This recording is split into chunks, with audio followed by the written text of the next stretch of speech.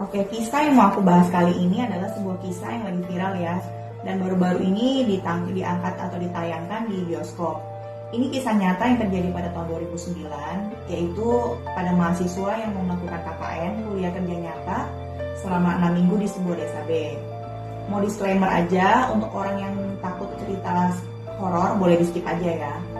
Kisah ini diawali dengan 6 orang tokoh, yaitu Widya, Nur, Ayu, Bima, Wahyu, dan Anton. Jadi mereka tuh mulai masuk ke desa ini udah merasakan banyak keganjilan. Misalnya ada suara gamelan, terus tiba-tiba ngelihat orang yang bisa menari sendiri di jalanan. Dan lagi pada waktu masuk ke desa itu, waktu tempuh yang harus 30 menit terasa lama banget. Dan berkali-kali juga ada sesajen, ada makanan lengkap dengan aroma kemenyan yang sangat menyengat begitu mereka masuk ke desa ini. Desa ini ada sebuah kuburan mistis yang ditutup kain putih, dan juga ada sinden, 2 sinden, yang satu dekat sungai, yang satu lagi di hutan. Yang di hutan itu dihias dengan hiasan seperti orang pernikahan, dan itu pantang dilewati.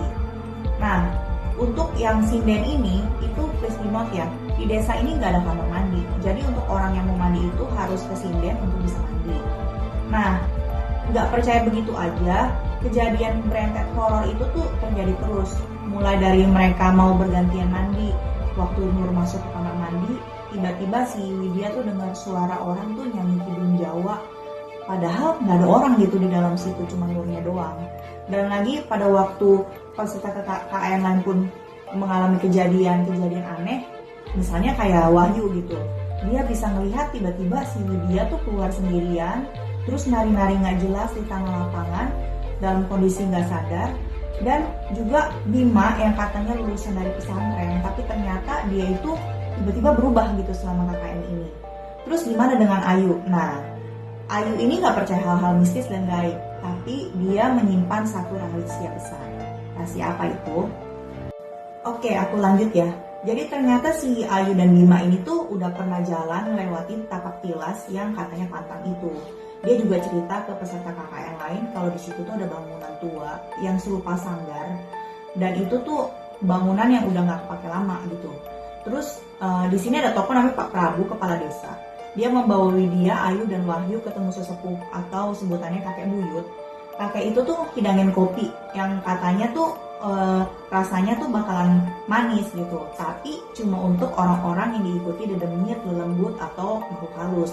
Dan ternyata Widya merasakan itu manis, sedangkan yang lain rasain itu pahit, nggak enak, super nggak enak lah. Terus sementara si Wahyu juga menceritakan kalau si Bima sering melakukan gitu-gitu deh, tapi dia tuh gitu-gituannya tuh ngomong sendiri, dan dari dalam tuh anehnya tuh kedengaran suara cewek juga gitu. Dan suatu hari si Nur itu keceplosan, bilang, kok gue nggak pernah lihat penari itu lagi di belakang lo, Wid. Terus kaget dong si Widya, dia jadi jatuh sakit gitu 3 hari. Walaupun akhirnya si Nur nyesel gitu, harusnya dia nggak cerita ya soal itu. Jadi suatu hari tuh Wahyu tuh ngajakin Widya beli perlengkapan di kota, dan harus pulang lewat hutan. Kata pedagang cilok bilang hati-hati ya kalau lewat hutan. Kalau terjadi apa-apa yang bikin celaka ataupun enggak, pokoknya jalan terus aja, jangan ke belakang. Tapi anehnya, ketika mereka pulang tuh ada desa gitu, dan desa yang mengadakan hajatan gitu, hajatan nikah. Terus di situ juga ada seorang penari gitu yang menari-nari. Dan ketika mereka pulang, mereka dikasih bekal. Nah, orang-orang keheranan gitu, bilang di situ tuh nggak ada desa. Ini cuma ada desa ini aja tempat mereka KKN. Sebagai bukti, dan mereka kesel gitu dibilang begitu, mereka buka bekal yang mereka bawa semalam gitu. Tahu nggak isinya apa? Isinya kepala monyet. Dan suatu hari gitu ketika Widya melihat Nur kerasukan, ternyata tuh si Nur itu tuh punya penjaga juga gitu. Tapi penjaganya ini penjaga baik, itu nenek dia sendiri. Karena Widya merasa penasaran sebenarnya siapa sih sinden ini, siapa sih sebenarnya hal-hal mistis apa yang ada di belakang ini. Dia keluar gitu, penasaran malam-malam. Dan ternyata pada waktu dia keluar ada Bima. Kok Bima ada di situ sih? Dia pun ngikutin si Bima. Dan ternyata bener aja, Bima tuh jalan terus. Dan tau gak dia jalan kemana? Dia jalan lewatin tipak talas yang pantang itu juga. Dan Nur ngikutin dia terus di sepanjang hutan yang seram gitu. dan tiba-tiba terdengar irama gending yang dia dengar tuh waktu Kayan mau mandi juga gitu. Akhirnya Widya melewati hutan beluntas, tipak talas, dan lihat lagi sanggar yang menyeramkan itu. Suara gamelan makin jelas. Ya, jadi selain suara gamelan yang makin jelas, Widya juga dengar suara tangisan, dan orang itu benar, itu adalah Ayu.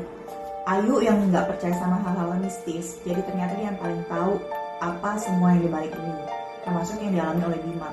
Jadi langsung aku cepetin aja ya. Begitu Ayu masuk ke dalam sanggar, dia tuh lihat sebuah gubuk, dia ngintip ke dalam, dan betapa kagetnya dia, ternyata di situ ada Bima. Dia masuk ke dalam sinden yang dipenuhi dengan ular-ular yang besar gitu.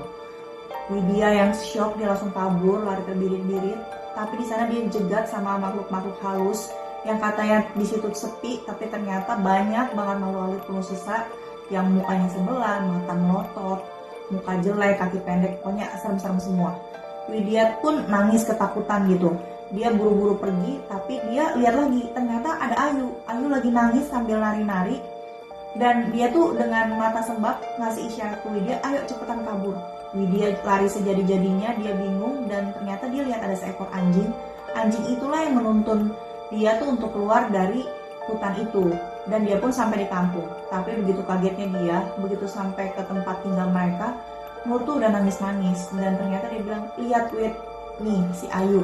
Bener aja, Ayu tuh kondisinya tuh udah gak sadar, dia lihat ke langit-langit, kakinya diikat, dia tuh menendang-nendang, dan di sebelahnya tuh ada Bima, kondisinya sekarat guys.